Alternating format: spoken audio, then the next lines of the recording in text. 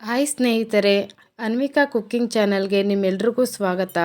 ನಾನಿವತ್ತು ಸಿಹಿ ಕುಂಬಳಕಾಯಿ ಪಲ್ಯ ಮಾಡ್ತಾಯಿದ್ದೀನಿ. ಇದು ಬೇಗನೂ ಆಗುತ್ತೆ ಮತ್ತು ರುಚಿಯಾಗೂ ಇರುತ್ತೆ. ಇದನ್ನು ಹೇಗೆ ಮಾಡೋದು ನೋಡೋಣ ಬನ್ನಿ. ಮೊದಲು ಒಂದು ಕುಕ್ಕರ್ಗೆ ಒಂದು 2ರಿಂದ 3 ಸ್ಪೂನ್ ಎಣ್ಣೆ ಹಾಕ್ಕೊಳ್ಳಿ. ಎಣ್ಣೆ ಕಾದ್ಮೇಲೆ ಸಾಸಿವೆ ಹಾಕ್ಕೊಳ್ಳಿ.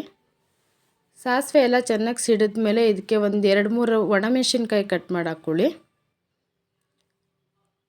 ಮೆಣಸಿನ್ಕಾಯಿ ಫ್ರೈ ಆದಮೇಲೆ ಒಂದು 2 ಈರುಳ್ಳಿನ ಸಣ್ಣದಾಗಿ ಕಟ್ ಮಾಡಿ ಹಾಕ್ಕೊಳ್ಳಿ. ಈರುಳ್ಳಿ ಎಲ್ಲ ಚೆನ್ನಾಗಿ ಫ್ರೈ ಮಾಡ್ಕೊಳ್ಳಿ. ಇದಕ್ಕೇನು ಬ್ರೌನ್ ಕಲರ್ ಬರೋವರೆಗೂ ಅಂತ ಏನು ಪರವಾಗಿಲ್ಲ. ಈರುಳ್ಳಿ ಎಲ್ಲ ಸ್ವಲ್ಪ ಬೇಯೋವರೆಗೂ ಫ್ರೈ ಮಾಡಿಕೊಂಡ್ರೆ ಸಾಕು. ಸ್ವಲ್ಪ ಕರಿಬೇವಿನ ಸೊಪ್ಪು ಹಾಕ್ಕೊಳ್ಳಿ.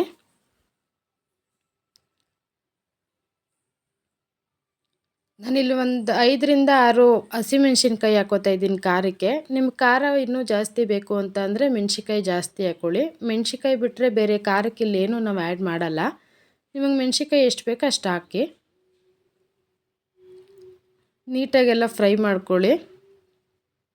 ಫ್ರೈ ಆದಮೇಲೆ ನಾನು ಕುಂಬಳಕಾಯಿ ಹಾಕ್ತಾಯಿದ್ದೀನಿ. ನಾನಿಲ್ಲಿ ಕುಂಬಳಕಾಯಿ ಸಣ್ಣದಾಗಿ ಕಟ್ ಮಾಡಿ ಇಟ್ಕೊಂಡಿದ್ದೀನಿ.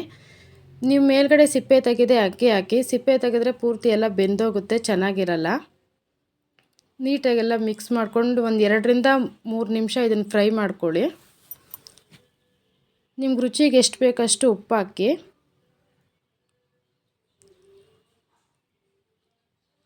ಸ್ವಲ್ಪ ಕೊತ್ತಂಬರಿ ಸೊಪ್ಪು ಹಾಕ್ಬಿಟ್ಟು ನೀಟಾಗಿ ಮಿಕ್ಸ್ ಮಾಡ್ಕೊಳ್ಳಿ ಎಲ್ಲ. ನಾವಿಲ್ಲಿ ಇದಕ್ಕೆ ನೀರೇನು ಆ್ಯಡ್ ಮಾಡ್ತಿಲ್ಲ. ನಾವಿದನ್ನು ಮೇಲ್ಗಡೆ ಒಂದು ಮುಚ್ಚಳ ಕ್ಲೋಸ್ ಮಾಡಿ ಸಾಕು. ಅದು ಹಬೆಗೇ ಚೆನ್ನಾಗಿ ಬೆಂದಿರುತ್ತೆ ಕುಂಬಳಕಾಯಿ. ನೋಡಿ ಬೆಂದಿದೆ ಇವಾಗ. ಇನ್ನೂ ಬೇಯಿಸಿದ್ರೆ ಒಂಥರ ಮೆತ್ತಗಾಗ್ಬಿಡುತ್ತೆ, ಚೆನ್ನಾಗಿರಲ್ಲ.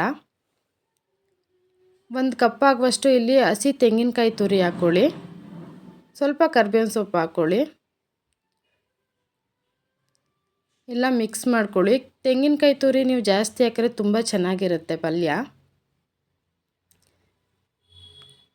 ನೋಡಿ ಫ್ರೆಂಡ್ಸ್, ರೆಡಿ ಆಗಿದೆ. ನಾನು ಇವಾಗ ಸರ್ವ್ ಮಾಡ್ಕೊತೀನಿ.